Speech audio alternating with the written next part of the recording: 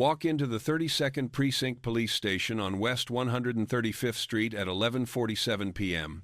on September 3rd, 1933, and you'll see something that will be talked about in Harlem for the next 30 years. A colored woman in an expensive fur coat, despite the September heat, diamond rings on 7 fingers, a .38 revolver in her right hand, pointed at the ceiling but unmistakably loaded, and Captain Michael O'Reilly, the most corrupt cop in Harlem, the man who's been shaking down colored businesses for a decade, sitting behind his desk with his hands raised and his face gone white as snow. This is Stephanie Madam Queen Street. Claire, 5 feet 2 inches of pure fearlessness, who's just walked into a police station with a loaded weapon to deliver a message that couldn't be delivered any other way. A message about the $47,000 in protection money she's paid O'Reilly over the past 3 years. Money he collected and then failed to provide the promised protection when Dutch Schultz's men started firebombing her collection spots. Money that bought exactly nothing except O'Reilly's betrayal. Nobody walks into a police station armed and walks out alive. Everybody knows that. But Stephanie Street Claire isn't everybody. And what happened in the next 12 minutes would prove that even corrupt white cops weren't untouchable when they crossed the Queen of Harlem. This is the story of how a colored woman held a police captain hostage in his own precinct and lived to tell about it. By sunrise Wednesday morning, all 6 were gone. No bodies, no witnesses, no arrests. Just 6 empty chairs at breakfast tables in the Bronx and Queens, 6 frantic wives making phone calls to police precincts that had no answers, and one very clear message delivered to Dutch Schultz and every other white mobster trying to muscle into Harlem: disrespect has consequences. This is the story of what happened on May 8, 1934. The story of the racial slur that triggered one of the bloodiest nights in Harlem's gang war. The story of how a single word, the word no white man should ever say to Ellsworth Bumpy Johnson, set in motion a chain of events that left 6 men permanently erased from existence.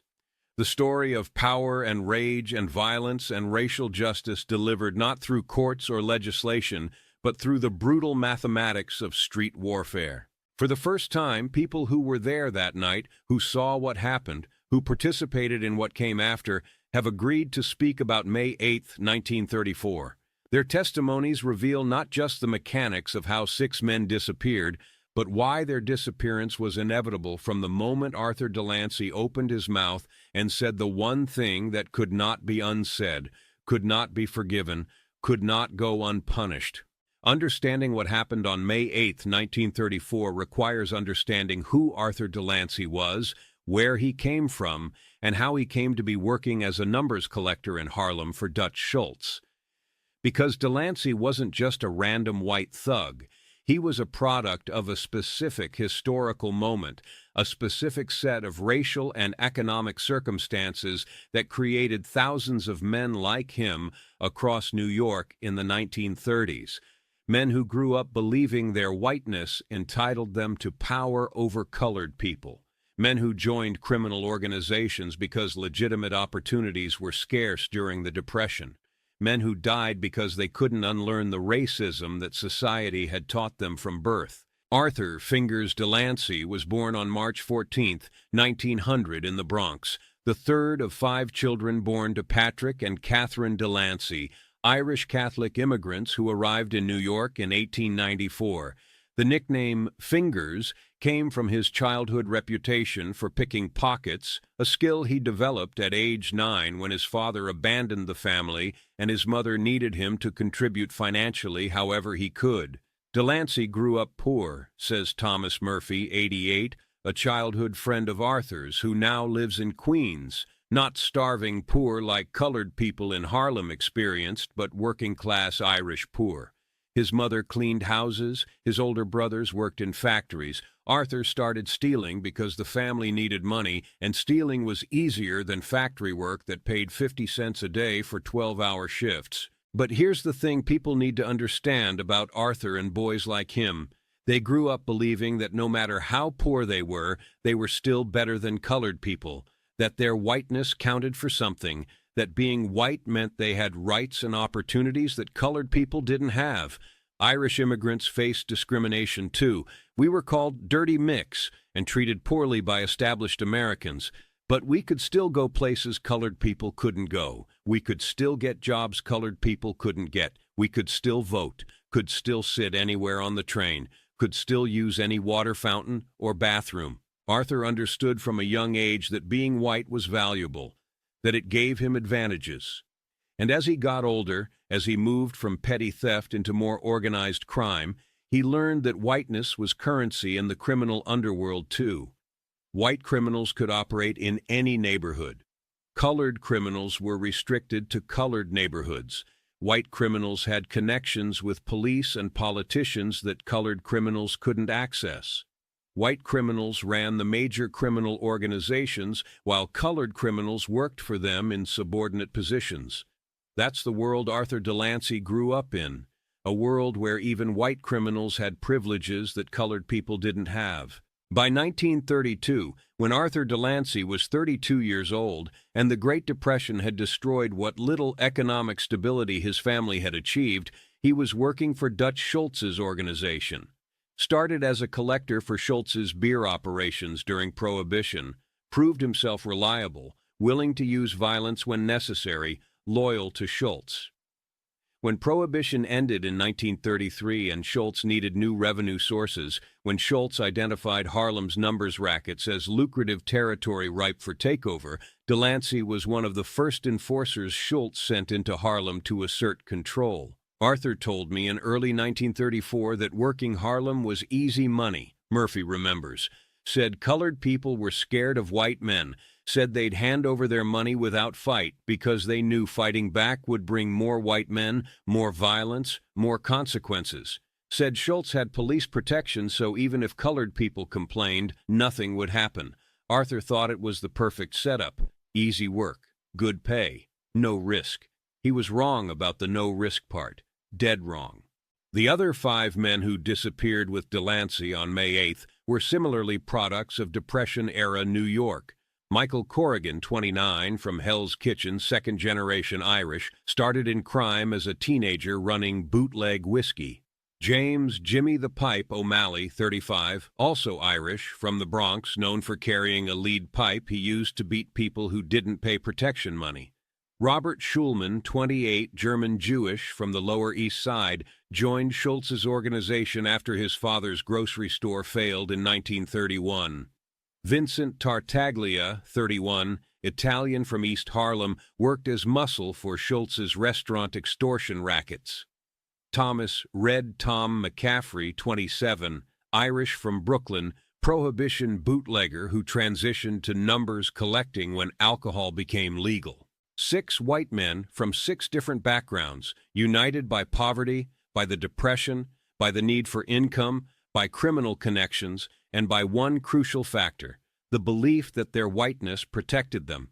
The belief that they could come into a colored neighborhood, take money from colored people, treat colored people with contempt, and face no consequences because the entire structure of American society in 1934 protected white people and oppressed colored people. That belief, that assumption of white immunity, was about to be tested in the most final way possible. The afternoon started ordinarily enough for Arthur Delancey and his crew. They'd spent the day making their rounds through Harlem, collecting numbers bets from the runners who worked corners and storefronts between 110th Street and 145th Street, between 8th Avenue and the East River. The territory Stephanie St. Clair had built over 15 years, dollar by dollar, relationship by relationship, trust by trust. The territory Dutch Schultz decided he would take because he was white and powerful and believed Harlem belonged to whoever was strong enough to claim it. I was working a policy collection spot on 131st Street that day, remembers James "Smokey" Patterson, now 78, who was a 19-year-old numbers runner in 1934. These white boys came through around 6 o'clock, same as they did every Tuesday and Thursday. 6 of them, always the same 6. Delancey was the leader, the one who did the talking. The others just stood there trying to look tough, trying to intimidate us into believing they had the right to take Madam Queen's money just because Dutch Schultz said they did. To understand the rage that would fuel the events of that evening, you need to understand what the numbers racket meant to Harlem's economy and community in 1934. The numbers game, also called policy, was more than just illegal gambling. It was Harlem's informal banking system, its investment mechanism, its redistribution of wealth, its economic lifeline during the Depression. The numbers game was simple in concept but powerful in execution. Every day, runners like Patterson would collect bets, usually a penny, a nickel, a dime, from Harlem residents who'd pick 3 numbers. The winning numbers were determined by published data from racetracks, completely random and impossible to fix. If your numbers hit, you'd win at odds of 600 to 1. Bet a nickel, win $30. Bet a quarter, win $150. For poor people in Harlem earning maybe $10 or $15 a week, that kind of payout could change lives, could pay rent for 2 months, could buy clothes for children, could cover medical bills. But the numbers game meant more than just the possibility of winning, explains Dr. Vivian Chase, 71, a historian who's written extensively about Harlem's informal economy in the 1930s. It meant jobs, hundreds of jobs, thousands of jobs. Numbers runners earned a percentage of what they collected. Collection spots provided employment. Bankers, the people who actually ran the operations and paid out winners, made good livings. The entire structure employed more Harlem residents than any legitimate business in the neighborhood. And crucially, the money stayed in Harlem. The bankers reinvested in the community. They loaned money to black entrepreneurs who couldn't get bank loans. They funded churches and community organizations. They helped families in crisis. Casper Holstein, one of the early numbers kings, sent dozens of Harlem kids to college with scholarships funded by his numbers profits. Stephanie St. Clair was known for being generous with community members who needed help. The numbers racket was Black Harlem's way of building wealth in a system that denied black people access to conventional wealth-building mechanisms. Banks wouldn't lend to colored people. Legitimate businesses wouldn't hire colored people for professional positions. The numbers racket was how working-class black people invested their pennies and how successful black criminals became philanthropists and community leaders. When Dutch Schultz moved into Harlem in early 1934, he wasn't just stealing money. He was destroying an entire economic ecosystem. He was extracting wealth from the black community and transferring it to white mobsters. He was eliminating jobs. He was breaking the cycle of community reinvestment that made the numbers racket valuable beyond just its gambling function. We handed over the collection bags like we'd been doing for 3 months, Patterson continues. Ever since Schultz started muscling into Harlem in February, we had to give up 60% of everything we collected. 60% to white mobsters who'd never set foot in Harlem until they decided our money was theirs for the taking. 60% that used to pay runners' salaries, that used to fund community projects, that used to stay in Harlem and help Harlem people. Now it was going to the Bronx, going to white criminals who had no connection to Harlem except exploitation. It made us sick, but what could we do? Schultz had police protection. He had political connections. He had hundreds of enforcers. Madame Queen told us to cooperate, to stay alive, to wait because she was planning something. She had Bumpy Johnson working on something. Stephanie Queenie St. Clair was unlike any other crime boss in New York's history. Born in Martinique in 1886 or 1887, records conflict, she'd arrived in Harlem in 1912 as a teenage immigrant with no money, no connections, and no formal education. But she had intelligence, ambition, fearlessness, and a talent for understanding systems and exploiting their weaknesses. By 1922, Madam Queen had saved $10,000, a fortune for a colored woman in that era, and invested it all in starting her own numbers bank. Within 3 years, she controlled a substantial portion of Harlem's numbers racket. By 1930, she was one of the wealthiest black women in America, earning hundreds of thousands of dollars per year from gambling operations. But Madame Queen wasn't just a criminal, explains Shirley Clark, 79, whose mother worked as one of St. Clair's runners in the 1920s. She was a community leader. She was political. She spoke out against police corruption, against politicians who ignored Harlem's needs, against the racism that kept colored people subordinated. She took out full-page advertisements in the Amsterdam News denouncing corrupt cops and crooked judges. She testified before government commissions about police payoffs. My mother used to say that Madam Queen was proof that colored women could be just as powerful as white men if society would let them. She ran a multi-million-dollar operation. She employed hundreds of people. She made white politicians nervous because she couldn't be controlled or intimidated. She was brilliant and sophisticated and absolutely fearless. When Dutch Schultz decided to take over Harlem's numbers rackets in early 1934, he was picking a fight with someone who wouldn't back down, who couldn't back down because backing down meant losing everything she'd built, meant surrendering not just money but dignity, independence, proof that colored people could succeed despite white supremacy trying to keep them subordinated. Schultz came at her systematically. He used violence against runners who wouldn't cooperate, had them beaten, had collection spots firebombed, had competing bankers kidnapped. Casper Holstein was snatched off the street in 1928, held for ransom, returned broken and terrified. Schultz used political connections to have Madam Queen harassed by police, arrested on flimsy charges, tied up in legal proceedings. He corrupted some of her employees, convinced them to switch sides, to work for white mobsters who paid better because they didn't have to worry about reinvesting in the community. By spring 1934, Schultz controlled perhaps 40% of Harlem's numbers racket. He was winning, and he was emboldened by his success to become more aggressive, more disrespectful, more openly contemptuous of the colored people whose businesses he was stealing. But that Tuesday, something was different. Delancey was drunk or high or just feeling particularly bold because he started talking more than usual, started making jokes about colored people, about how we were too stupid to run our own businesses, about how Schultz was doing us a favor by taking over. And one of the young runners, kid named Marcus, who couldn't have been more than 17, he made a comment. Nothing disrespectful, just said something like, "We were doing fine before you came." The temperature in the room changed instantly, Patterson continues. Delancey's whole face twisted up. He walked over to Marcus and got right in his face. And then he looked at me and the other 4 runners in that room, and he said, "Ours better remember who owns Harlem now? Ours work for Mr. Schultz? Ours do what you're told and keep our mouths shut." He used that word.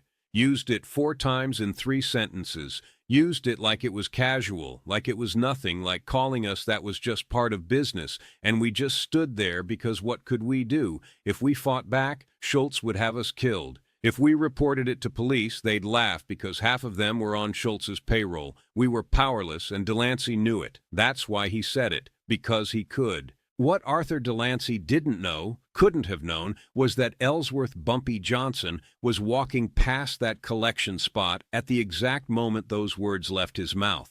That Bumpy, who'd been checking on Madam Queen's operations across Harlem that afternoon, who happened to be passing by on his way to meet with his crew, heard every word through the open window, heard a white man call colored people ours 4 times, heard the casual contempt, the assumption of white supremacy, the belief that Delancey's whiteness gave him the right to dehumanize black people without consequence. To understand Bumpy Johnson's reaction to that racial slur, you have to understand what that word meant to him personally, have to understand his history with racism and violence and powerlessness and the rage that had been building inside him since childhood in South Carolina. Bumpy Johnson was born Ellsworth Raymond Johnson on October 31, 1905 in Charleston, South Carolina, into poverty so extreme it shaped every aspect of who he would become. His family was desperately poor. His father earned 60 cents a day as a dock worker when he could get work. His mother worked as a domestic servant for white families, earning $2.50 per week for 72 hours of labor. When Bumpy was 10 years old, his older brother Willie was accused of killing a white man. Accused, not proven. The accusation alone was enough to bring lynch mobs to their door. Bumpy's parents mortgaged everything they owned, their tiny shack of a house, their few possessions. to send Willie north to relatives in Harlem because staying in South Carolina meant certain death.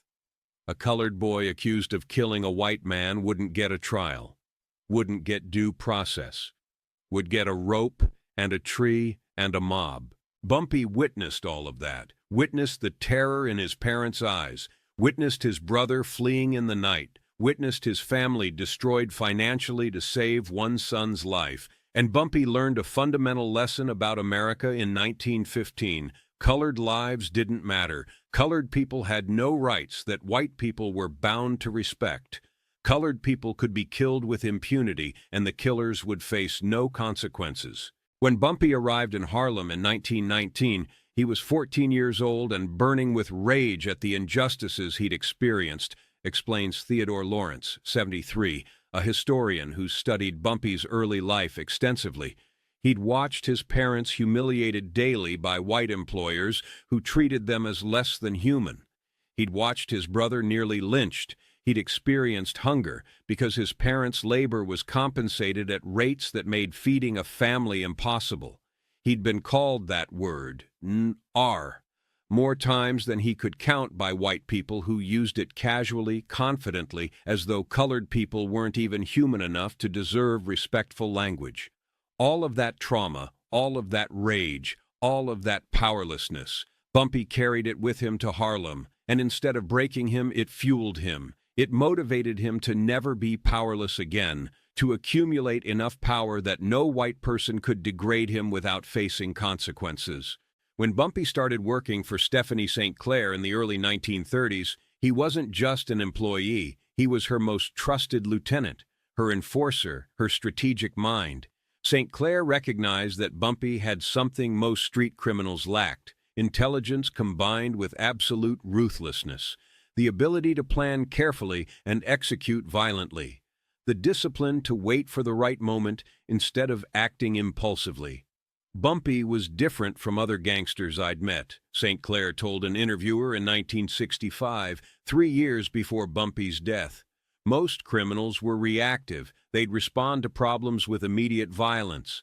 Bumpy was strategic. He'd study situations. He'd plan. He'd wait for exactly the right moment to act so that his violence would have maximum impact. And he had this rage in him, this controlled, focused rage at white supremacy, at racism, at the entire system that treated colored people as inferior. Most people who experience that kind of rage either explode destructively or get crushed by it. Bumpy channeled it, used it as fuel. Every time a white person disrespected him or disrespected colored people generally, he'd file it away, remember it. And when the opportunity came, he'd deliver consequences.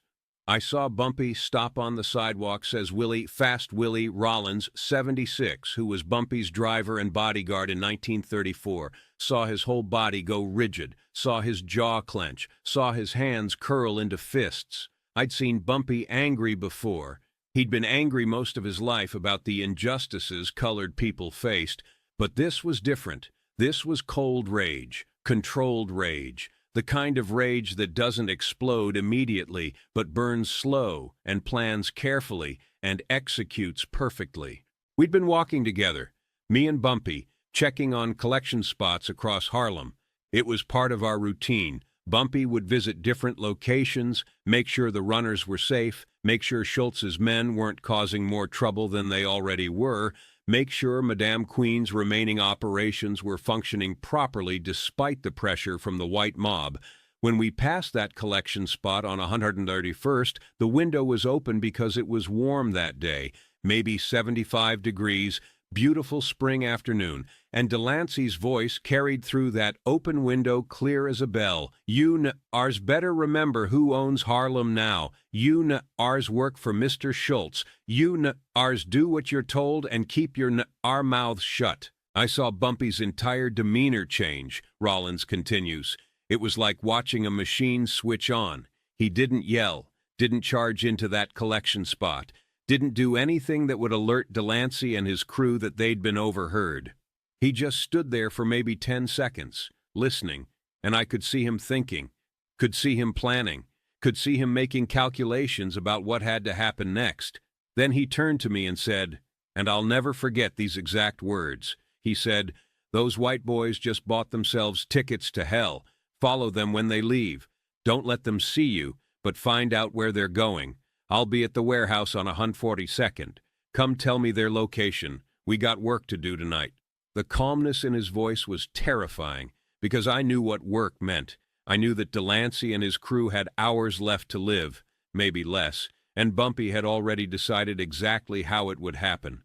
The thing about that particular racial slur, that word, is it represented everything Bumpy Johnson had dedicated his adult life to fighting against, Lawrence explains.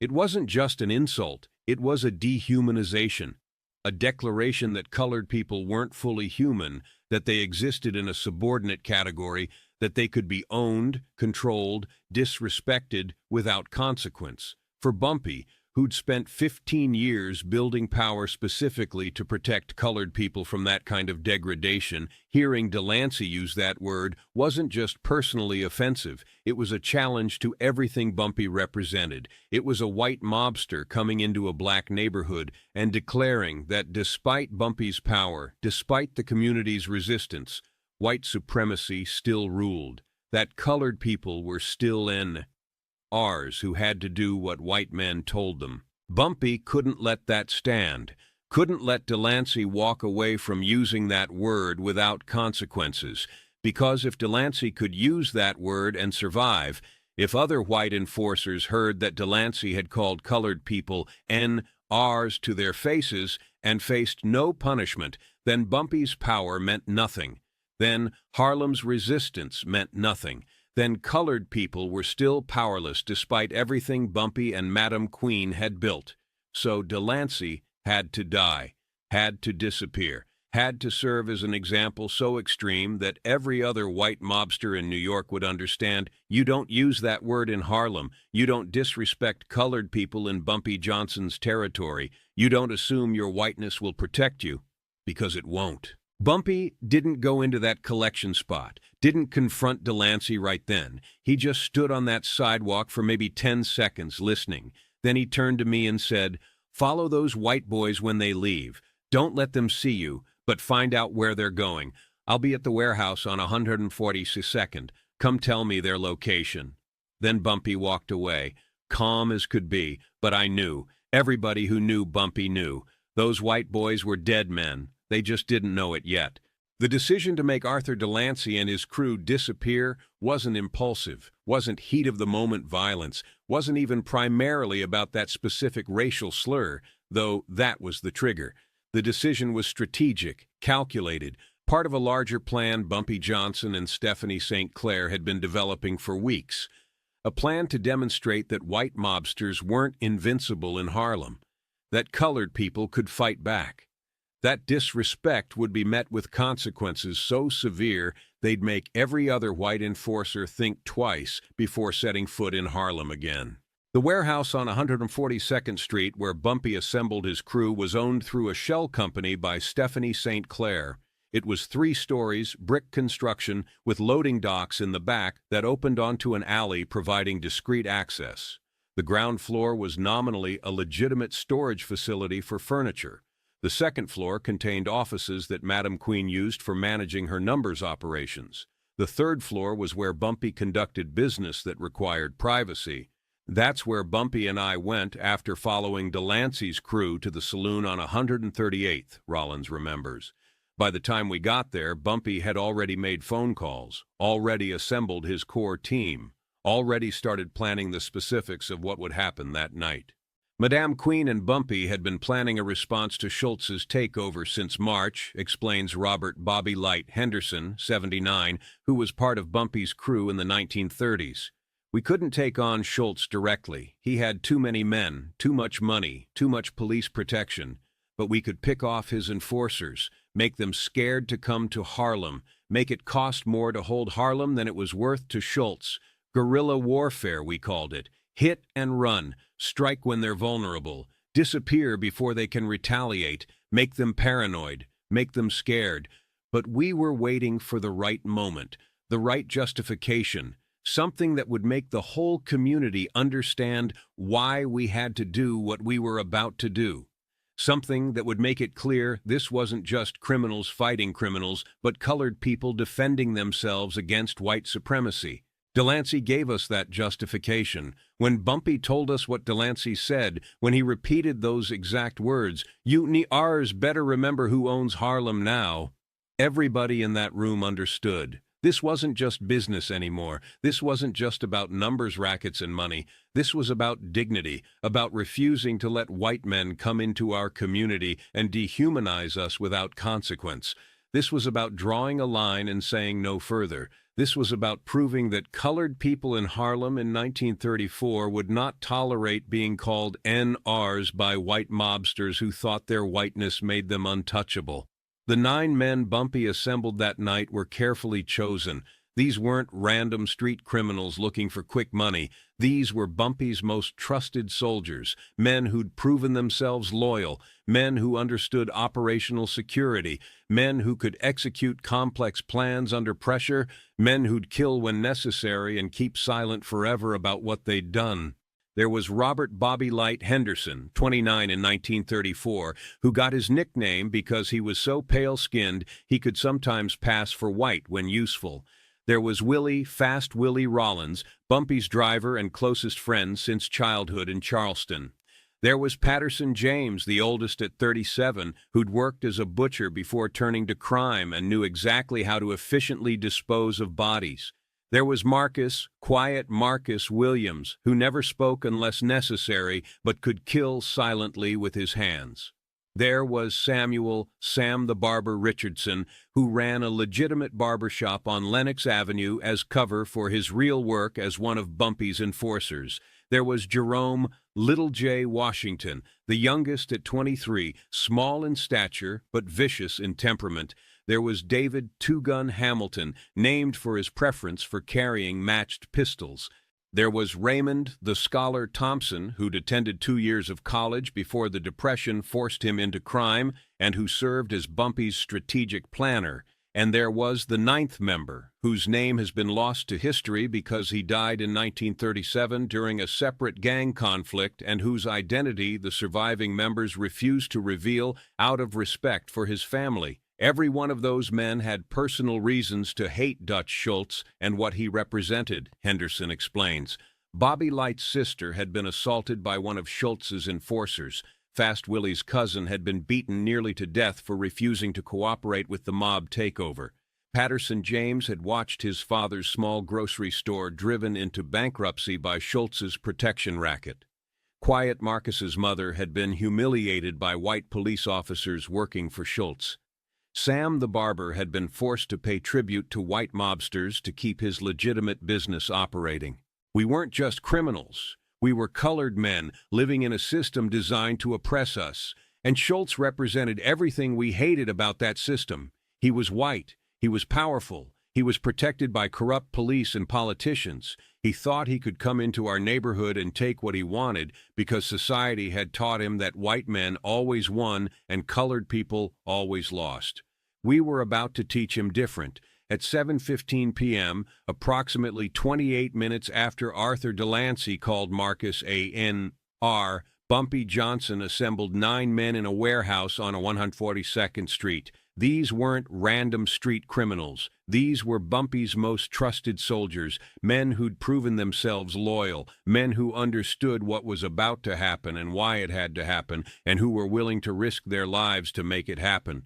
Fast Willie had tracked Delancey's crew to a saloon on 138th Street where they'd stopped for drinks before heading back to the Bronx.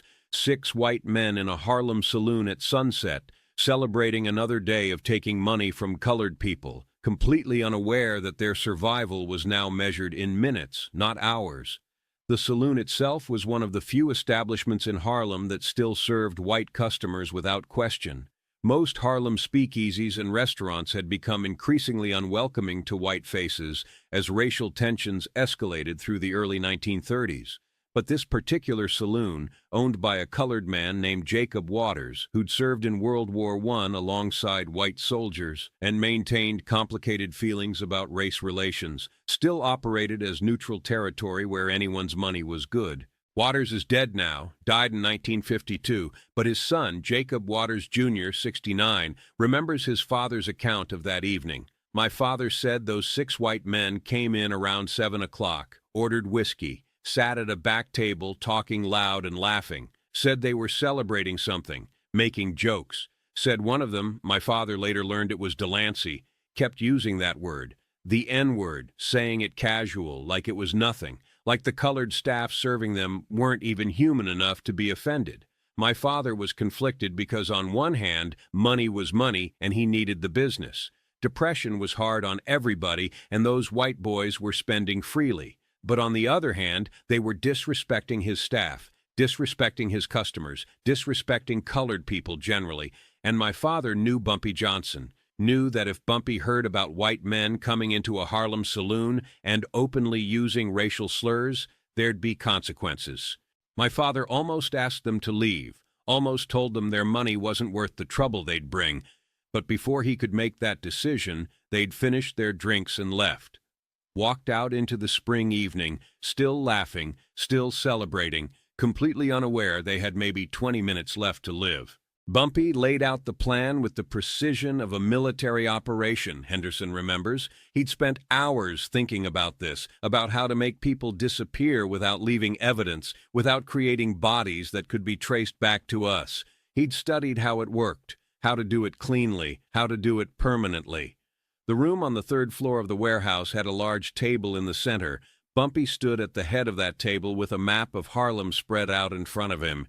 He'd marked the saloon where Delancey's crew was drinking, marked the route they'd most likely take back to their cars, marked 3 different locations where we could intercept them, marked secondary locations where we could take them to finish what needed finishing, marked disposal sites outside Harlem where the bodies would never be found. He'd thought of everything, every detail, every contingency, every possible complication. We'd split into 3 teams of 3, Bumpy explained. First team, me, Fast Willie, and Patterson James, would take Delancey and Corrigan when they left the saloon. Second team, Quiet Marcus, Sam the Barber, and Little J, would get O'Malley and Schulman. Third team, Henderson, Two Gun, and the Scholar, would handle Tartaglia and McCaffrey. 3 teams. 3 different interception points along the route from the saloon to where their cars were parked. 3 different locations for finishing the work. 6 men disappeared using 6 different alleys, 6 different secondary locations, making it look like 6 unrelated incidents if anybody ever connected the dots, which Bumpy was confident they wouldn't. The weapons were simple. No guns, because guns are loud and leave bullets that can be traced. Knives and hands and rope, ice picks for quick, quiet killing, garrots made from piano wire, tools that left minimal blood, that could kill silently, that could be disposed of easily. The first rule Bumpy emphasized was no witnesses. We'd move fast. We'd strike in dark locations. We'd control the scene completely before taking action. No innocent bystanders could see what was happening. No complications, no collateral damage. The second rule was no bodies in Harlem. We'd take them somewhere else. Dispose of them somewhere else. Make it look like they'd vanished on their way home. Let Schultz and the police wonder. Let them search. Let them never find anything. The third rule was timing. We had to move simultaneously or near simultaneously. If one team struck and the others didn't, the surviving targets would be alerted. They'd run. They'd call for backup. The whole operation would fall apart. So we'd position ourselves at 3 different interception points. We'd wait, and when Delancey's crew split up, Bumpy was confident they would split up because they always split up traveling in pairs rather than all 6 together. We'd strike within minutes of each other. Bumpy was very specific about one thing, Henderson continues. He said, before you finish this, each of those men needs to know why this is happening. They need to know it's because of what Delancey said. They need to know that calling us NRs has consequences. Make sure they understand. Make sure they know that Bumpy Johnson heard what Delancey said. Make sure they know this is justice for disrespecting colored people. Then make sure they disappear. That last instruction was important. It wasn't enough for these men to die. They had to die knowing why. They had to die understanding that their racism, their casual contempt for colored people, their assumption of white supremacy, that those things had cost them their lives.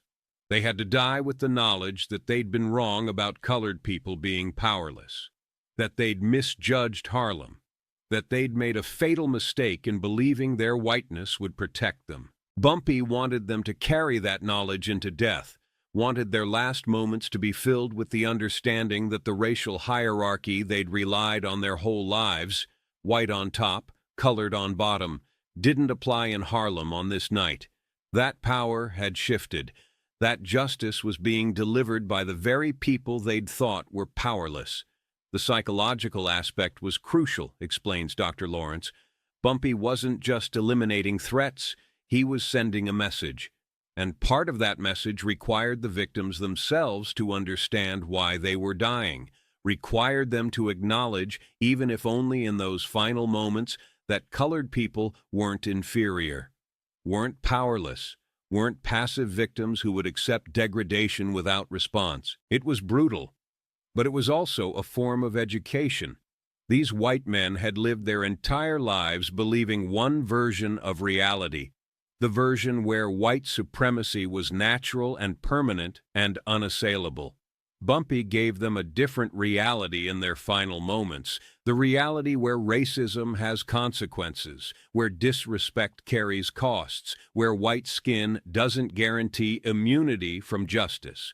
That was the plan. That was what Bumpy laid out to those 9 men in the warehouse on 142nd Street. And every man in that room understood the stakes, understood the risks, understood what success would mean for Harlem and what failure would mean for them personally. And every man in that room committed, agreed to do what needed doing, agreed to carry that secret for the rest of their lives. Because this wasn't murder for profit. This wasn't gang warfare over territory. This was resistance. This was colored people saying we've had enough. This was justice delivered outside the legal system because the legal system existed to protect white supremacy, not to protect colored people from white supremacy's violence. At 8:47 p.m., as dusk settled over Harlem and the May evening turned from warm to cool, Arthur Delancey and Michael Corrigan left the saloon and started walking toward Lenox Avenue where they'd parked their car. They were laughing.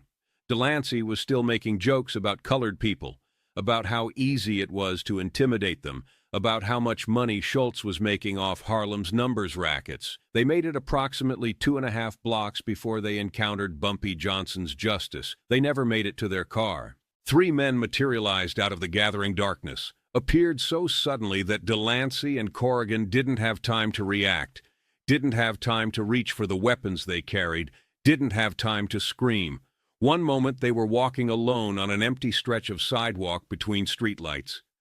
The next moment they were surrounded, a knife at each throat, hands on their arms preventing movement, voices saying, "Don't scream, don't fight, just walk," saying, "We'll kill you right here if you make a sound," saying your only chance to survive the next 5 minutes is to do exactly what we tell you. Delancey and Corrigan did what people do when confronted with immediate mortal threat. They complied. They walked where they were told to walk. They stayed silent when ordered to stay silent. They held on to the desperate hope that cooperation might mean survival, not understanding that survival had never been an option from the moment Delancey called Marcus a N.R. They were herded into an alley between 138th and 139th Street, an alley with no light, no witnesses, no escape, an alley where they stopped being white men with power and became just 2 men who'd made a fatal mistake. "I was one of the 3 who took Delancey," says Patterson James, 81, who's never before publicly discussed his role in the events of May 8th. He's agreed to speak now because, as he says, "I'm old. I'll be dead soon anyway, and people should know what happened. People should understand why it happened. When we got them in that alley, when we had them secured, hands bound behind their backs with rope, backs against the brick wall, knives still at their throats, I looked at Delancey and I said, 'You remember what you said this afternoon about ours? You remember calling us that? Calling colored people that like it was nothing? Like we were less than human?' And his face went white. whiter than it already was. His whole body started trembling, because he understood. In that moment, standing in a dark alley in Harlem with 3 colored men who clearly intended to kill him, Arthur Delancey understood exactly why this was happening. Understood that his casual racism, his comfortable contempt, his assumption of white immunity, all of that had led him to this moment. He tried to talk, tried to say it was just words, tried to say he didn't mean anything by it, tried to apologize.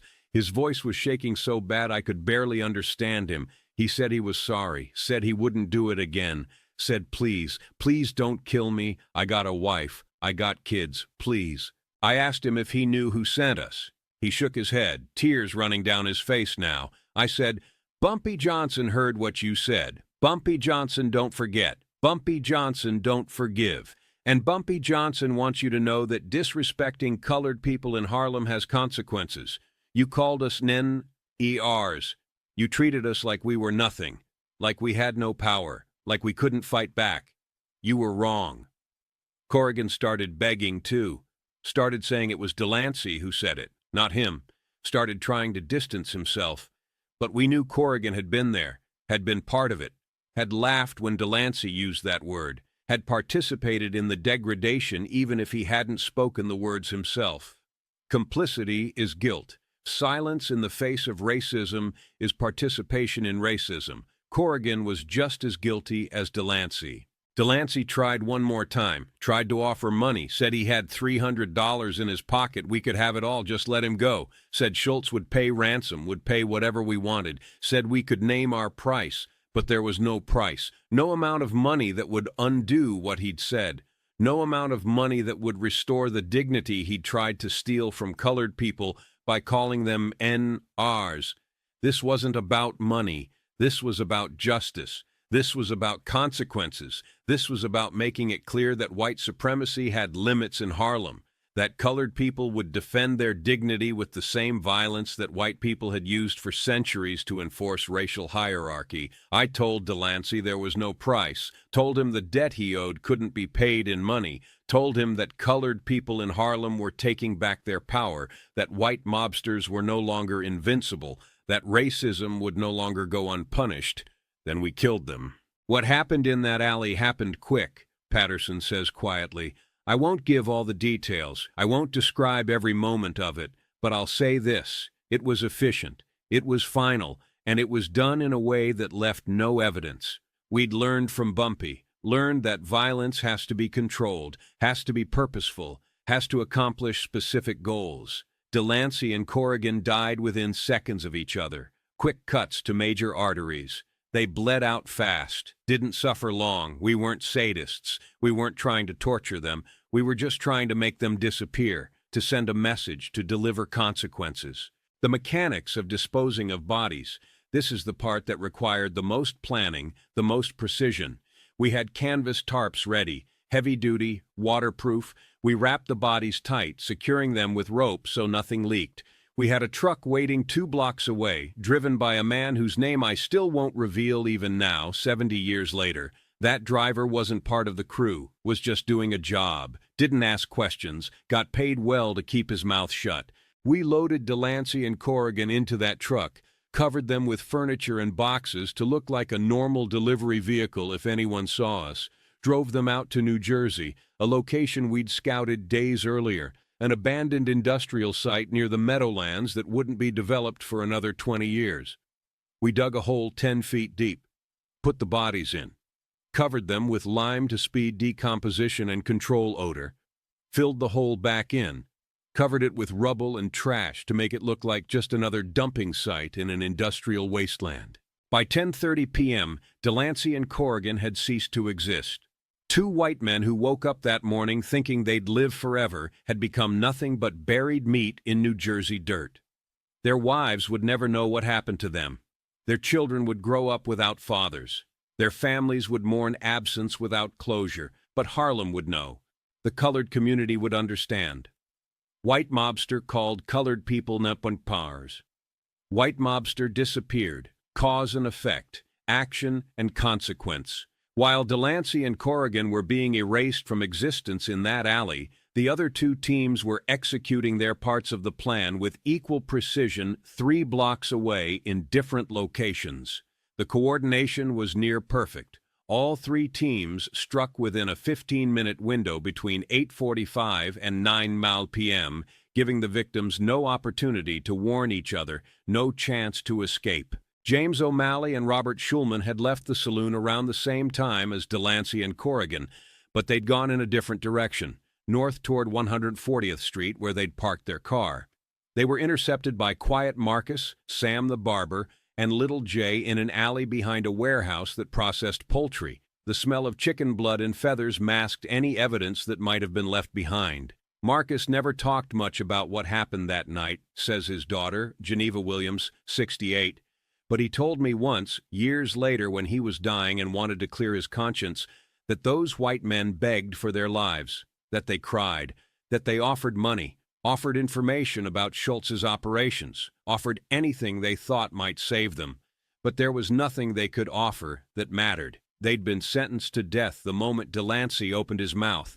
Their execution was just the delivery of that sentence. My father said he made sure O'Malley and Schulman knew why they were dying, made sure they understood this was about Delancey's racism, made sure they understood that even though they hadn't personally used that word, they'd been there. They'd allowed it. They'd laughed. They'd participated in the degradation of colored people, and participation carried the same penalty as direct action. Vincent Tartaglia and Thomas McCaffrey were the last to be taken. They'd stayed at the saloon longer than the others, finishing another round of drinks, and they left around 9 p.m. They were intercepted by Bobby Light, Two Gun Hamilton, and the Scholar on 137th Street, in what used to be a stable before automobiles made horses obsolete in the city. The building was scheduled for demolition, making it perfect for what Henderson's team needed to do. Henderson has been more willing than the others to discuss details, perhaps because he's always been the most philosophical about what happened that night. Tartaglia was maybe the worst of the 6, Henderson says. He was mean, enjoyed hurting people. We'd heard stories about him beating numbers runners half to death for sport, not even because they'd done anything wrong, just because he liked inflicting pain on colored people. And McCaffrey wasn't much better. He was one of those quiet types who didn't talk much but watched everything, and you could see the contempt in his eyes when he looked at colored people. When we got them in that stable, when we told them why this was happening, Tartaglia tried to fight, actually thought he could fight his way out, even though he was outnumbered 3-1 and we were all armed. Two Gun had to pistol whip him to get him under control, and even then, even with a broken nose and blood running down his face, Tartaglia was cursing us, calling us that word, the same word that had gotten him into this situation, like he couldn't understand that his racism was what was killing him. Like he thought being white entitled him to disrespect colored people, even while those colored people were literally executing him for that disrespect. McCaffrey was different. He understood immediately that he was going to die, got very quiet, very calm, asked if he could pray. We let him. Didn't seem right to deny a man his last words with God, even if that man had spent his life disrespecting God's colored children. He knelt there in that abandoned stable and prayed for maybe 2 minutes. Then he stood up and said he was ready, said he understood why this was happening, said he was sorry for what he'd participated in, said he hoped his death would mean something. I don't know if McCaffrey's apology was sincere or if he was just trying to die with some dignity, but I'll give him credit for that much. He faced what was coming with more courage than the others showed. Tartaglia died still spitting hatred and racial slurs. McCaffrey died quiet and accepting. Both died, though. That was the important part. Both stopped being problems for Harlem. Both became examples. The coordination was precise, explains Henderson. We'd planned for every contingency. What if someone screamed? We'd kill them immediately and dispose of the body, accepting the increased risk. What if police came? We had lookouts posted. We had escape routes planned. We had alibis prepared. What if witnesses saw something? We'd chosen locations specifically because they had no witnesses, but if someone did see something, we had plans for dealing with that too. But none of those contingencies became necessary. The plan executed perfectly. 6 men intercepted, 6 men killed, 6 bodies disposed of in 3 different locations in New Jersey, far enough apart that even if one grave was discovered, it wouldn't lead to the others. 6 disappearances that left no evidence, no witnesses, no connection to Bumpy Johnson or Stephanie St. Clair beyond the knowledge that existed in the heads of 9 men who would carry that secret for the rest of their lives. By midnight on May 8, 1934, all 6 bodies had been buried. All 3 teams had returned to Harlem. All 9 executioners were in the warehouse on 142nd Street reporting to Bumpy that the operation was complete, no complications, no witnesses, no evidence. 6 white mobsters who'd started that day alive and confident were now dead and gone, erased so completely that the police investigation that would inevitably follow would find absolutely nothing. Bumpy listened to each team's report, Henderson remembers. He asked detailed questions, made sure we'd followed every aspect of the plan, made sure we hadn't left anything behind that could be traced, made sure nobody had been seen, made sure the disposal sites were secure. When he was satisfied that the operation had been executed perfectly, he paid each of us $500, a fortune in 1934 when most Harlem residents were earning maybe $15 a week. Then he reminded us of the most important rule: silence. Nobody talks about what happened tonight, Bumpy said. Not to wives, not to girlfriends, not to family, not to other criminals, not to anyone. What we did tonight stays between the 10 of us in this room. If I hear that anyone broke silence, that person will join Delancey and his crew in the ground, and anyone they told will join them too. This secret dies with us, or we all die with this secret. Every man in that room understood. This wasn't a threat. It was a promise. Bumpy Johnson didn't make idle threats. And keeping this secret wasn't just about protecting ourselves. It was about protecting Madame Queen's organization, protecting the message we'd sent, protecting the power dynamic shift we'd just accomplished. 6 men had disappeared. Bumpy Johnson had made it happen. And nobody except the 9 men in that room would ever know for certain what had happened to Delancey and his crew. Rumors would circulate. Speculation would run wild. Schultz would know in his gut what had happened, even if he could never prove it. But the truth would remain hidden, protected by silence, protected by fear, protected by the understanding that breaking that silence meant death. The immediate aftermath was chaos for Dutch Schultz. 6 of his enforcers had vanished, simply failed to come home. Their cars were found where they'd been parked near Lenox Avenue and on 140th Street. The vehicles were locked, no signs of struggle, no blood, no evidence of what had happened, just empty cars belonging to men who'd ceased to exist. Schultz went crazy trying to find them, says Henrietta Queen Hen Williams, 84, who was Stephanie St. Clair's assistant in the 1930s, and who took phone calls from Schultz's intermediaries in the days following the disappearances. He had police searching all over Harlem, had his own men questioning people, threatening people, offering rewards for information, offered $1,000, an enormous sum in 1934, for information leading to finding his missing enforcers. But nobody knew anything, or at least nobody who knew was willing to tell Schultz anything. The colored community understood what had happened and why it happened. They didn't have details, didn't know exactly who'd done it or how it had been done, but they understood the basic equation. White mobsters come to Harlem disrespecting colored people. White mobsters disappear. Message received. The silence was its own form of resistance. The fact that nobody in Harlem would help Schultz find his missing men demonstrated that the community supported what had been done, even if they didn't know exactly what had been done. It demonstrated that Harlem residents saw Bumpy and Madame Queen as defenders rather than criminals. It demonstrated that the racial solidarity of the colored community was stronger than any incentive Schultz could offer.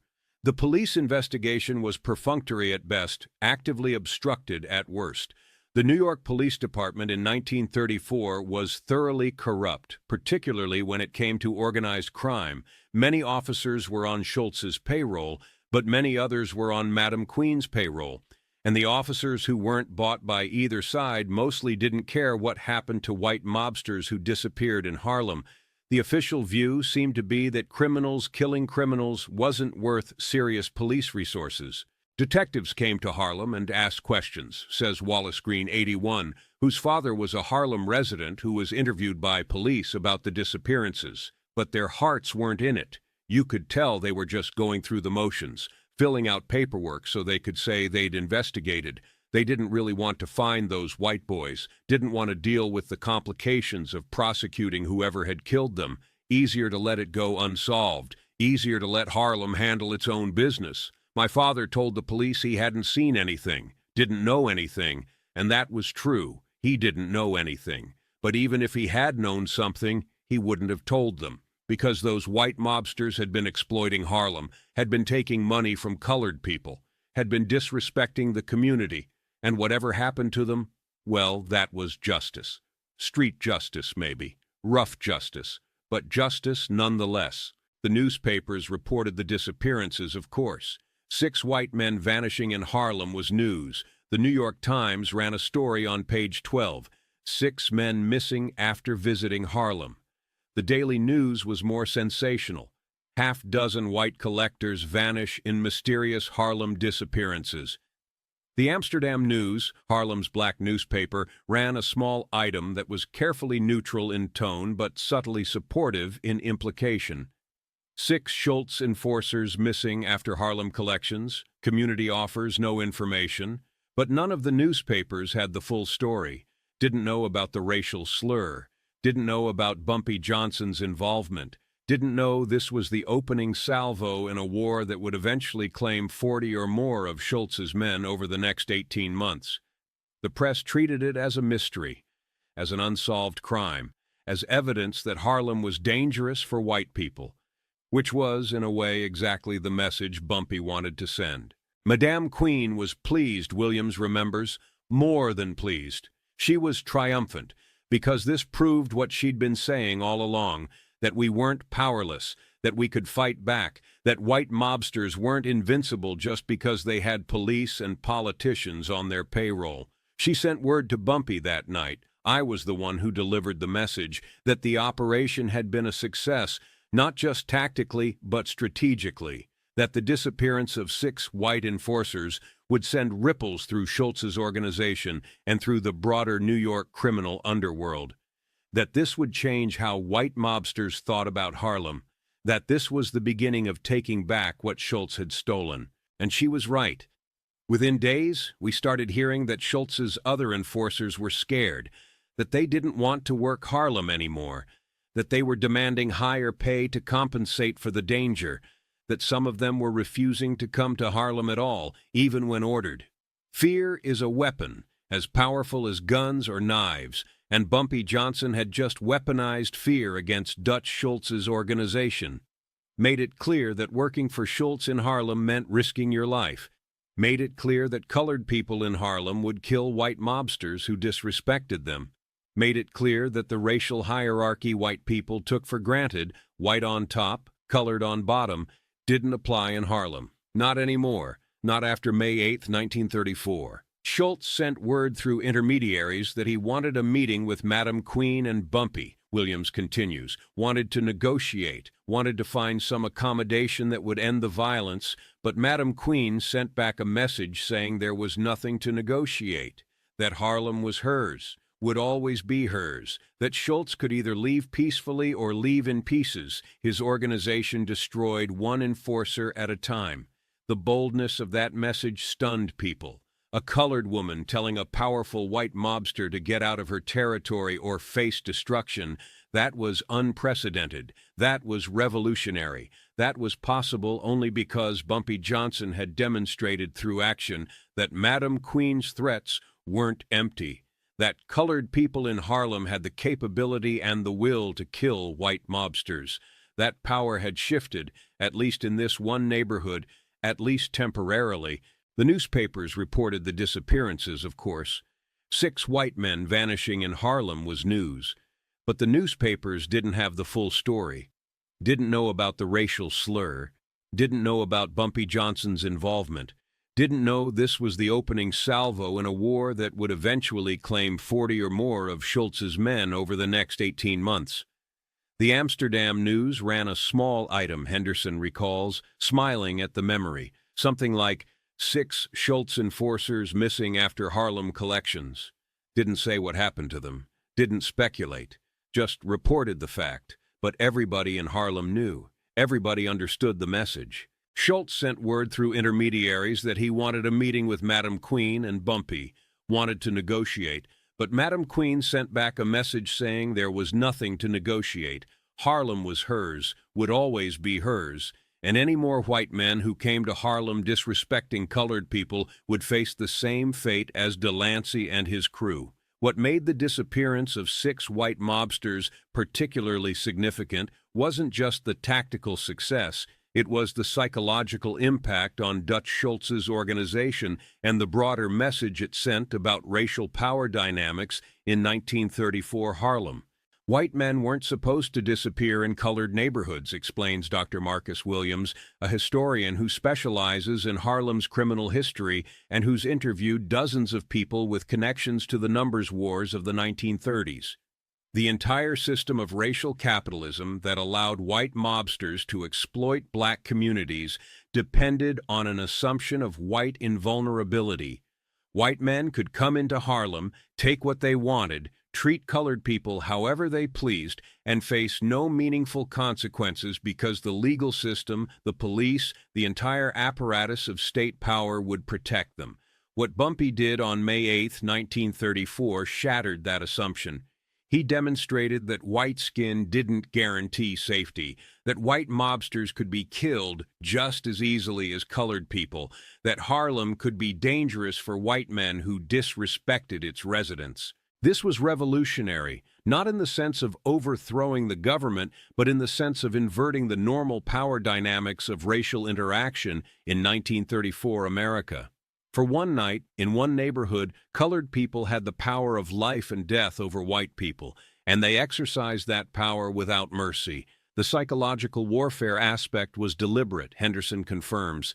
Bumpy wanted Schultz's other enforcers scared, wanted them looking over their shoulders every time they came to Harlem, wanted them wondering if they'd be next. Fear is a weapon, Bumpy always said. Make your enemies afraid, and half your work is already done. And it worked. After May 8th, Schultz had trouble finding white enforcers willing to work Harlem. The money wasn't worth the risk. Word spread through the mob that Harlem was different, that colored gangsters there would kill white men, that you couldn't rely on your whiteness to protect you. Some of Schultz's enforcers quit. Others demanded higher pay to compensate for the danger. The whole operation became more expensive and less effective. The ripple effects of May 8th extended far beyond Schultz's immediate personnel problems. The disappearances forced a broader recalculation among New York's criminal organizations about the cost and risk of operating in Harlem. White mobsters had to confront the reality that colored communities weren't passively waiting to be exploited, that resistance existed, that violence could flow in both directions across the color line. This was a fundamental shift in how race and power interacted in New York's criminal underworld, explains Dr. Marcus Williams. Before May 8, 1934, the working assumption among white criminals was that they could operate anywhere, including in colored neighborhoods, with relative impunity. They had police protection, they had political connections, they had the backing of a legal system that rarely prosecuted white people for crimes against colored people. But May 8th demonstrated that institutional protection didn't matter if you got killed before you could invoke it, that police corruption didn't help you if your body was buried in New Jersey where it would never be found, that political connections were useless if nobody could prove who'd killed you. Bumpy Johnson essentially created a counter-deterrent.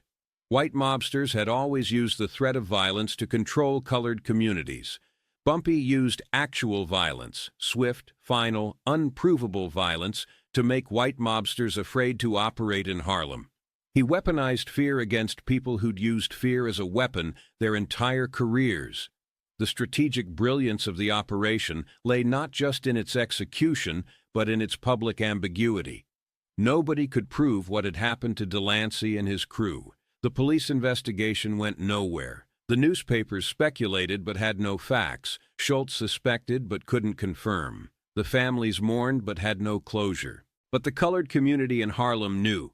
Not the details, necessarily, not the specifics of how it was done or who exactly was involved, but they knew the fundamental equation. White mobsters disrespected colored people. White mobsters disappeared. Bumpy Johnson was involved somehow, and that knowledge, that understanding that justice had been delivered even if the mechanisms of that delivery remained mysterious, strengthened Bumpy's position in the community. People started looking at Bumpy different after May 8th, says Dolores Martin, 75, whose grandfather was a numbers runner in Harlem during the 1930s and who grew up hearing stories about that era. Before, he was known as Madame Queen's enforcer, respected but feared. After May 8th, he was something more. He was a defender, a protector, the man who'd proven that colored people in Harlem weren't powerless victims, the man who'd made white mobsters afraid. My grandfather used to talk about how the whole atmosphere in Harlem changed after those white boys disappeared. There was this sense of pride, this feeling that we'd fought back and won, that we demonstrated we wouldn't be pushed around forever, that our community had teeth. It wasn't that everybody supported violence. My grandfather was a religious man who believed in turning the other cheek. But even he understood that sometimes, when peaceful resistance fails, when the legal system offers no recourse, when oppression becomes intolerable, violence becomes the only language power understands. He didn't celebrate what Bumpy did, but he understood why it had to be done. The families of the 6 missing men never got closure, never learned what happened to their husbands and brothers and sons. They mourned without bodies to bury. They demanded police investigations that went nowhere. They pleaded with Dutch Schultz to find their men, not knowing that Schultz had no power to undo what Bumpy Johnson had done. Margaret Delancey, Arthur's widow, placed advertisements in newspapers for months, says Clara Martinez, 72, a researcher who studied the families affected by Harlem's gang wars. Missing. Arthur Delancey, 34, last seen May 8, 1934 in Harlem, $500 reward for information. She never stopped looking, never accepted that he was gone.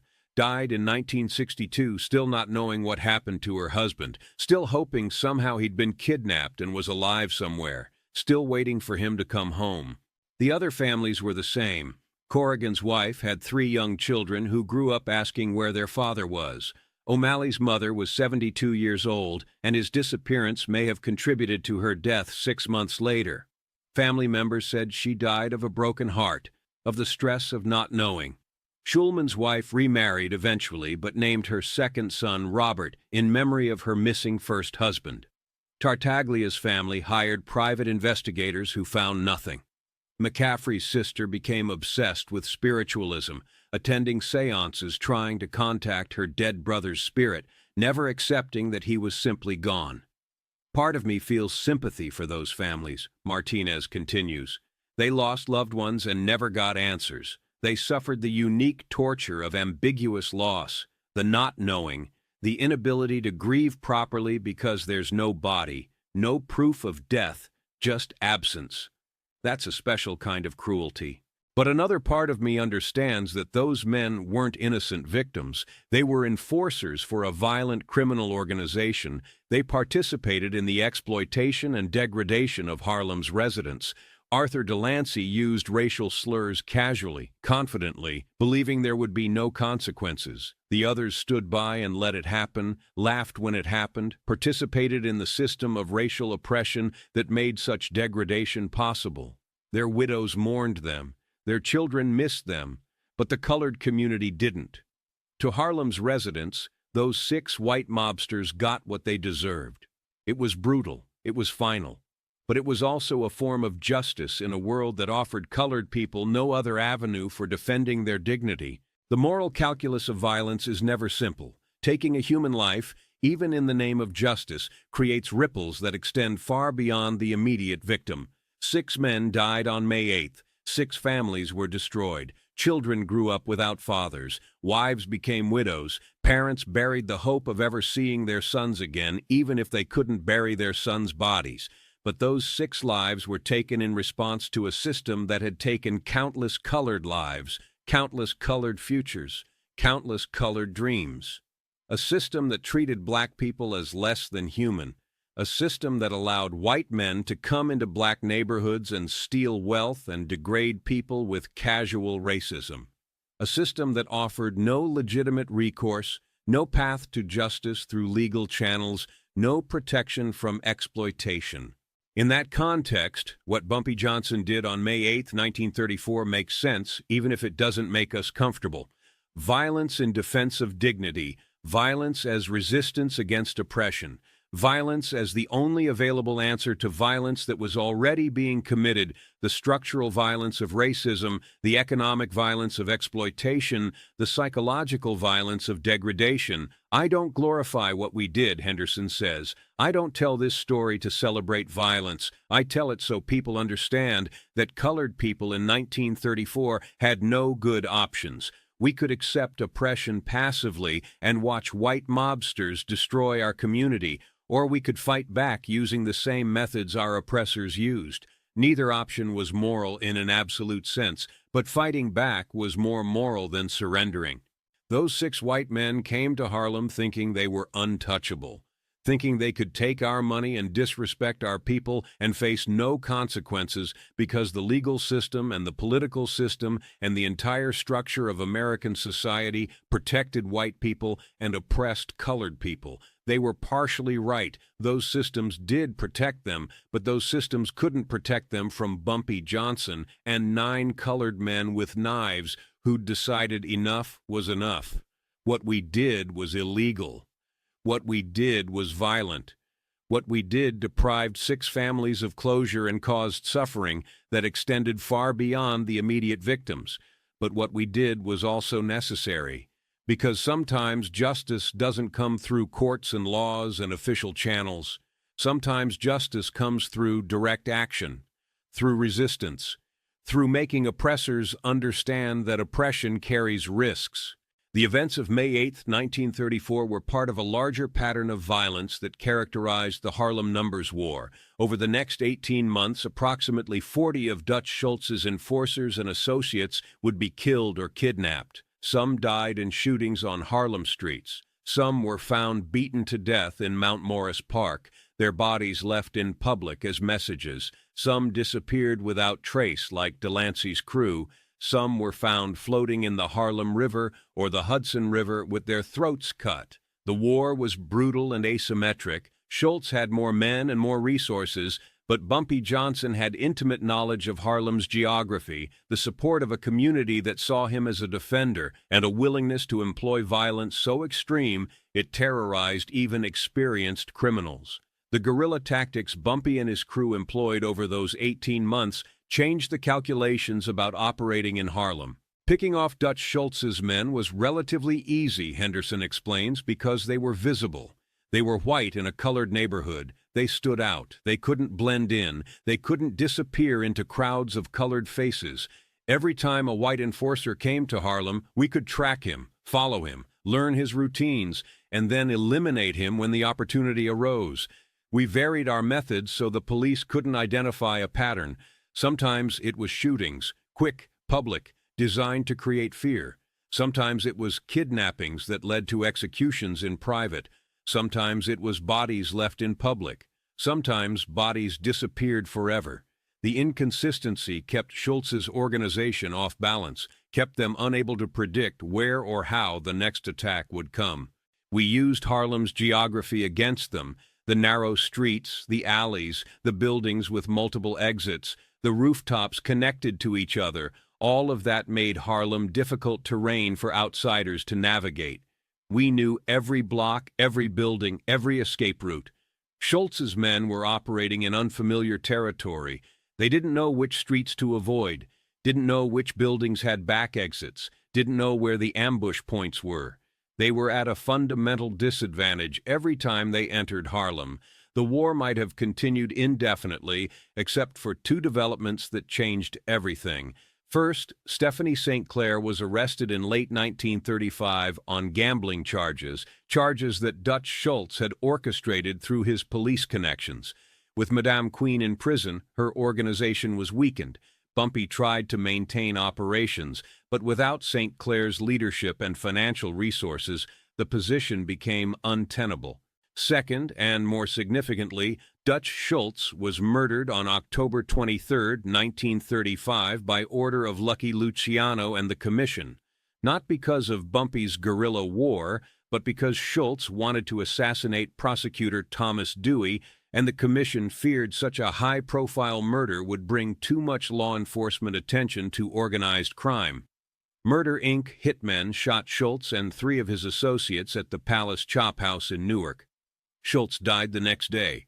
With Schultz dead and St. Clair in prison, the dynamic of the Harlem Numbers War shifted completely. Bumpy Johnson negotiated directly with Lucky Luciano, the head of what would become the Genovese crime family. The agreement they reached allowed Bumpy to control Harlem's numbers rackets independently, provided he paid a percentage to the Italian mob. It wasn't perfect, explains Dr. Williams. Colored people were still paying tribute to white mobsters. The Italian mob still profited from Harlem's economy, but it was better than outright takeover, better than white mobsters running everything directly, better than what Schultz had been trying to impose. And critically, the agreement established Bumpy as the mediator between Harlem and the larger criminal syndicate. He became, in effect, the godfather of Harlem. No criminal activity happened in Harlem without Bumpy's knowledge and approval. The Italian mob had to go through Bumpy to operate in Harlem. Bumpy had achieved what St. Clair had been fighting for: colored control of colored neighborhoods, even if that control came with financial obligations to white criminals. That position of power, that independence, that respect, it all traces back to May 8, 1934. To the night Bumpy Johnson demonstrated that colored people could fight back against white supremacy. To the night 6 white men disappeared because one of them couldn't keep a racial slur out of his mouth. To the night the balance of power shifted, just for a moment, just in one neighborhood, in favor of the oppressed. The legacy of May 8, 1934 extends beyond just the immediate impact on Harlem's numbers war. It represents a broader truth about resistance, power, and justice in America's racial history. It demonstrates that oppressed people have always fought back, even when that resistance was violent, even when that resistance was illegal, even when that resistance contradicted the comfortable narratives of nonviolent civil rights struggle that we prefer to tell. Bumpy Johnson is often romanticized in popular culture, Lawrence observes. He's portrayed as a gentleman gangster, as a Robin Hood figure who stole from the rich to give to the poor, as a community defender who protected Harlem from white exploitation. There's truth in those portrayals, but they elide the violence. They sanitize the brutality. They make Bumpy's resistance palatable by ignoring how that resistance was actually accomplished. The reality is that Bumpy Johnson was a criminal who killed people, killed a lot of people. The reality is that on May 8, 1934, he ordered the execution of 6 men who were then hunted, caught, and buried in unmarked graves. The reality is that justice for colored people in 1934 required violence because the legal system offered no other recourse.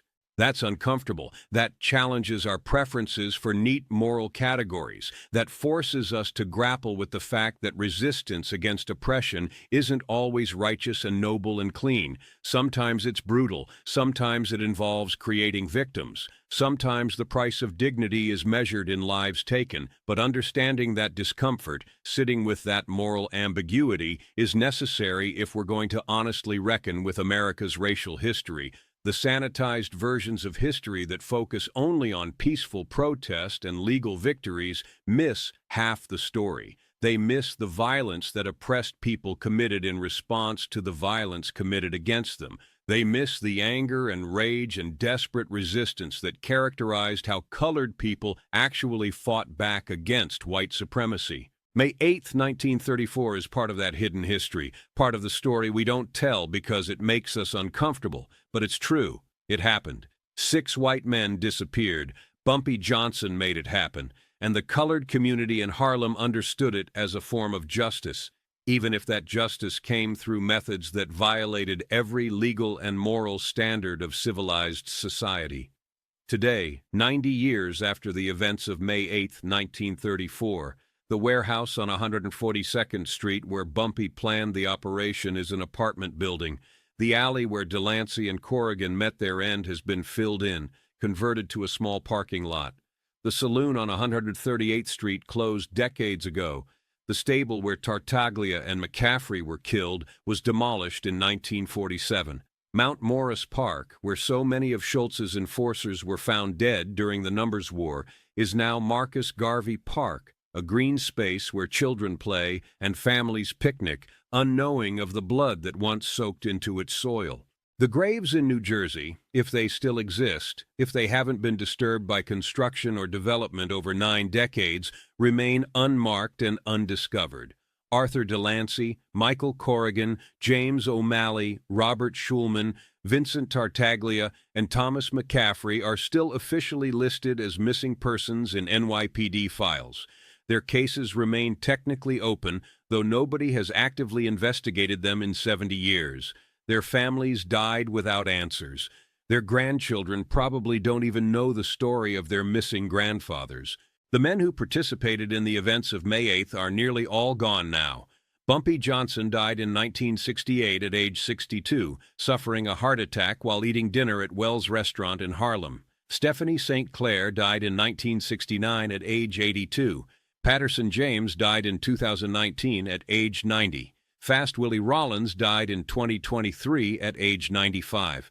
Most of the others passed between 1990 and 2020, carrying their secrets to graves as unmarked as the ones they dug in New Jersey in 1934. Robert Henderson, now 94 and living in a nursing home in Newark, is the last surviving member of Bumpy's crew from that night. He agreed to share his memories for this story because, as he says, history should be told truthfully, even when that truth is ugly. He's promised to reveal the location of the burial sites after his death, though he refuses to disclose them while alive for fear of implicating anyone who might still face legal consequences. "I never felt guilty about what we did," Patterson said before he died in 2019. "I know that sounds cold. I know those men had families who mourned them, but I can't feel guilty for defending our community against people who were exploiting us, who were degrading us, who thought their whiteness gave them the right to call us NRs without consequence. What we did was violent. What we did was illegal. What we did violated moral principles that society claims to hold sacred. But what we did was also necessary, because sometimes justice doesn't come through courts and laws and official channels that exist to protect oppressors from the oppressed. Sometimes justice comes through direct action, through resistance, through making oppressors understand personally, individually, fatally, that oppression carries risks. Those 6 white men came to Harlem thinking they were untouchable, thinking they could take our money and disrespect our people and face no consequences. They were wrong, and every other white mobster who thought about moving into Harlem after May 8th had to reconsider whether the money was worth the risk. That's what we accomplished that night. We reclaimed our dignity. We defended our community. We demonstrated that colored people in Harlem weren't powerless victims waiting to be saved by white liberals or crushed by white supremacy. We were fighters. We were killers when we had to be, and we would not tolerate disrespect. Henderson is more reflective about the moral dimensions of what happened. "What we did haunts me sometimes," he admits. "Not because I think it was wrong, I still believe it was justified, but because of what it says about the world we lived in. That colored people in 1934 had no recourse except violence, that the legal system wouldn't protect us, that we had to protect ourselves through the same brutal methods our oppressors used. I wish we'd lived in a world where Bumpy could have gone to the police and reported that Delancey used racial slurs and threatened our workers, and the police would have arrested Delancey and prosecuted him. But that wasn't the world we lived in. The police worked for Schultz. The courts served white supremacy. We had no legitimate avenue for justice, so we took illegitimate justice. We became what we had to become to survive. And yes, 6 men died, 6 families were destroyed. But how many colored people did Schultz's organization brutalize? How many colored families were ruined financially by the mob takeover of our businesses? How many colored people died because they resisted Schultz's takeover before May 8th? Context matters. We weren't the aggressors. We were defenders fighting back against an invading force. The violence we committed was reactive, not proactive. That doesn't make it right, necessarily, but it makes it understandable. It makes it human. It makes it a rational response to an irrational situation where survival required brutality. Fast Willie Rollins, interviewed months before his death in 2023, offered perhaps the most succinct summary of May 8, 1934, and its significance. That night proved something important, he said. It proved that colored people weren't powerless, that we could fight back, that white supremacy wasn't invincible. For one night, in one neighborhood, we had the power, and we used it. Bumpy Johnson spent the rest of his life building on what we started that night, building an independent criminal organization controlled by colored people, building relationships with the Italian mob that were based on mutual respect rather than subordination, building a reputation as someone who couldn't be pushed around, couldn't be disrespected, couldn't be treated as less than. All of that traces back to May 8th, to 6 white men who disappeared, to a racial slur that triggered consequences, to a moment when Harlem said no more, to Bumpy Johnson hearing that word through an open window and deciding, in that instant, that Arthur Delancey and anyone who'd stood with him while he said it would not see another sunrise. The story of May 8, 1934 is brutal, violent, morally complicated, but it's true. And truth, even uncomfortable truth, especially uncomfortable truth, deserves to be told, deserves to be remembered, deserves to be understood as part of the hidden history of how oppressed people actually fought back against their oppression. 6 men disappeared that night, but the message they left behind, the message Bumpy Johnson wrote in their absence, lasted for decades, lasted through Bumpy's lifetime, lasted through the evolution of Harlem from a battleground to a community that, while still facing immense challenges, had learned to defend itself, had learned that resistance was possible, had learned that dignity was worth fighting for, even killing for, even dying for. 90 years later, we're still grappling with the questions raised by May 8, 1934, questions about justice and violence, about resistance and brutality, about when, if ever, oppressed people are justified in using the same violent methods their oppressors use, about whether dignity can be defended through means that violate human dignity, about whether 6 lives taken in Harlem in 1934 represent justice or just more violence in a cycle that never ends. There are no easy answers, but there is the truth. And the truth is that on May 8, 1934, a white mobster called colored people en auteurs in a Harlem collection spot. Bumpy Johnson heard him, and by midnight that night, 6 white men had been hunted, executed, and buried in unmarked graves in New Jersey, where their bodies remain to this day. That's what happened. That's why it happened. That's the story nobody tells, but everybody who knows Harlem's real history understands. Bumpy Johnson made sure Arthur Delancey paid the ultimate price for a racial slur, made sure those 6 white mobsters learned too late that colored people in Harlem in 1934 weren't passive victims waiting to be degraded, made sure every other white criminal in New York understood that Harlem was different, that Harlem was dangerous for people who disrespected its residents, that Harlem was territory where white supremacy had limits. The families never found the bodies, never got answers, never got closure, but Harlem got respect. And sometimes, in 1934, in a world built on racial oppression and white supremacy, respect cost 6 lives. That's the price Arthur Delancey paid for one word. That's the price Dutch Schultz's organization paid for thinking they could exploit Harlem without consequences. That's the price of disrespect in a community that finally said enough. 6 men disappeared that night. 90 years later, their graves remain hidden, but their disappearance remains one of the most significant and most hushed moments in Harlem's long struggle for dignity, power, and the right to exist without degradation. This is the story of May 8, 1934, the story of what happens when oppression meets resistance, the story of 6 disappearances that changed Harlem, the story of Bumpy Johnson's justice, brutal, final, true. The families of the 6 missing men never got closure, never learned what happened to their husbands and brothers and sons. They mourned without bodies to bury. They demanded police investigations that went nowhere. They pleaded with Dutch Schultz to find their men, not knowing that Schultz had no power to undo what Bumpy Johnson had done. Margaret Delancey, Arthur's widow, placed advertisements in newspapers for months, says Clara Martinez, 72, a researcher who studied the families affected by Harlem's gang wars. Missing, Arthur Delancey, 34, last seen May 8, 1934 in Harlem, $500 reward for information. She never stopped looking, died in 1962, still not knowing what happened to her husband. The other families were the same. They suspected violence, suspected murder, but without bodies, without evidence, without witnesses, they had nothing. Just absence and grief and unanswered questions. Part of me feels sympathy for those families, Martinez continues. They lost loved ones and never got answers. But another part of me understands that those men weren't innocent victims. They were enforcers for a violent criminal organization. They participated in the exploitation and degradation of Harlem's residents.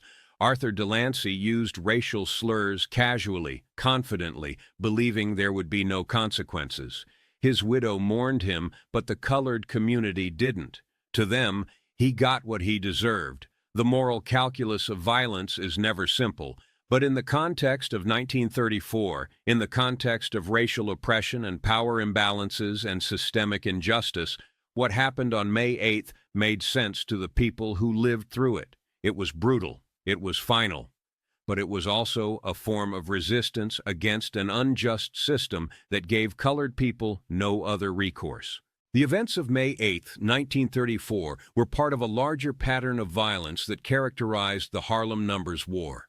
Over the next 18 months, approximately 40 of Dutch Schultz's enforcers and associates would be killed or kidnapped. Some died in shootings. Some disappeared like Delancey's crew. Some were found beaten to death in Mount Morris Park or floating in the Harlem River. The war was brutal and asymmetric. Schultz had more men and more resources, but Bumpy Johnson had intimate knowledge of Harlem's geography and the support of a community that saw him as a defender rather than a criminal. Bumpy and his crew of 9 waged a guerrilla war of sorts, Henderson explains, echoing the description that would later appear in Mamie Johnson's biography of her husband. Picking off Dutch Schultz's men was easy since there were few other white men walking around Harlem during the day. They stood out. They were visible. They were vulnerable. We used that visibility against them. We'd track them, learn their routes, learn where they collected money, learn where they drank and ate and conducted business. Then we'd strike when they were isolated, quick, violent, final. And we'd leave the bodies where Schultz would find them, as messages, as warnings, as demonstrations that Harlem belonged to colored people and white mobsters were operating on borrowed time. The war might have continued indefinitely except for 2 developments. First, Stephanie St. Clair was arrested in late 1935 on gambling charges that Dutch Schultz had orchestrated through his police connections. With Madame Queen in prison, her organization was weakened. Second, and more significantly, Dutch Schultz was murdered in October 1935 by order of Lucky Luciano and the Commission, not because of Bumpy's guerrilla war, but because Schultz wanted to assassinate prosecutor Thomas Dewey, and the Commission feared such a high-profile murder would bring too much law enforcement attention.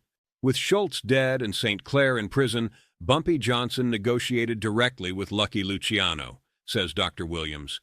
The agreement allowed Bumpy to control Harlem's numbers rackets independently, provided he paid a percentage to the Italian mob. It wasn't perfect. Colored people were still paying tribute to white mobsters, but it was better than outright takeover. and it established Bumpy as the mediator between Harlem and the larger criminal syndicate. He became, in effect, the godfather of Harlem. That position, that power, that independence, it all traces back to May 8, 1934. To the night, Bumpy Johnson demonstrated that colored people could fight back against white supremacy. To the night, 6 white men disappeared because one of them couldn't keep a racial slur out of his mouth. Today, 90 years after the events of May 8, 1934, the warehouse on 142nd Street where Bumpy planned the operation is an apartment building. The alley where Delancey and Corrigan met their end has been filled in, converted to a small parking lot. The saloon on 138th Street closed decades ago. Mount Morris Park, where so many of Schultz's enforcers were found dead during the Numbers War, is now Marcus Garvey Park, a green space where children play and families picnic, unknowing of the blood that once soaked into its soil.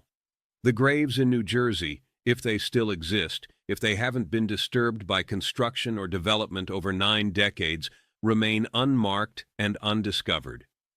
Arthur Delancey, Michael Corrigan, James O'Malley, Robert Schulman, Vincent Tartaglia, and Thomas McCaffrey are still officially listed as missing persons.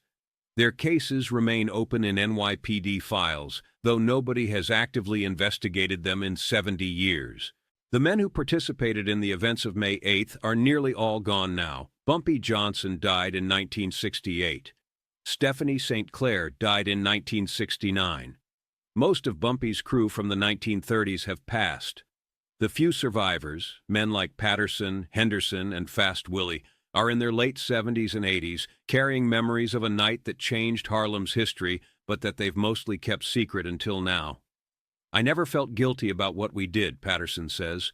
"I know that sounds cold. I know those men had families who mourned them, but I can't feel guilty for defending our community against people who were exploiting us, who were degrading us, who thought their whiteness gave them the right to call us NRs without consequence. What we did was violent. What we did was illegal.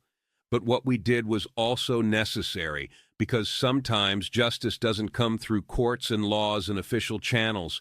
Sometimes justice comes through direct action, through resistance, through making oppressors understand that oppression carries risks. Those 6 white men came to Harlem thinking they were untouchable, thinking they could take our money and disrespect our people and face no consequences. They were wrong, and every other white mobster who thought about moving into Harlem after May 8th had to reconsider whether the money was worth the risk. That's what we accomplished that night. Henderson is more reflective about the moral dimensions of what happened. "What we did haunts me sometimes," he admits. "Not because I think it was wrong, I still believe it was justified, but because of what it says about the world we lived in. That colored people in 1934 had no recourse except violence, that the legal system wouldn't protect us, that we had to protect ourselves through the same brutal methods our oppressors used. I wish we'd lived in a world where Bumpy could have gone to the police and reported that Delancey used racial slurs and threatened our workers, and the police would have arrested Delancey and prosecuted him. But that wasn't the world we lived in. The police worked for Schultz. The court served white supremacy. We had no legitimate avenue for justice, so we took illegitimate justice. We became what we had to become to survive. And yes, 6 men died. But how many colored people did Schultz's organization brutalize? How many colored families were ruined financially by the mob takeover of our businesses? How many colored people died because they resisted Schultz's takeover? Context matters. We weren't the aggressors. We were defenders fighting back against an invading force. The violence we committed was reactive, not proactive. That doesn't make it right, necessarily, but it makes it understandable.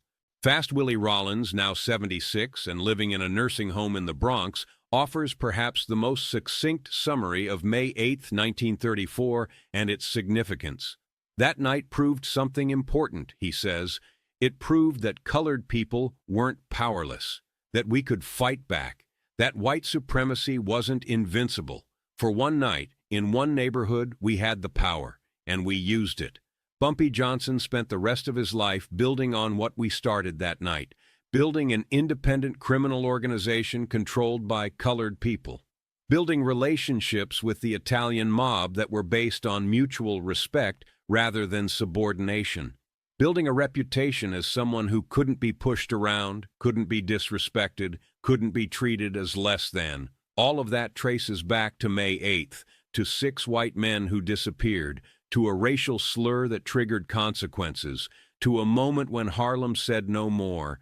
The historical record will probably never officially acknowledge what happened on May 8, 1934. The disappearances remain unsolved mysteries.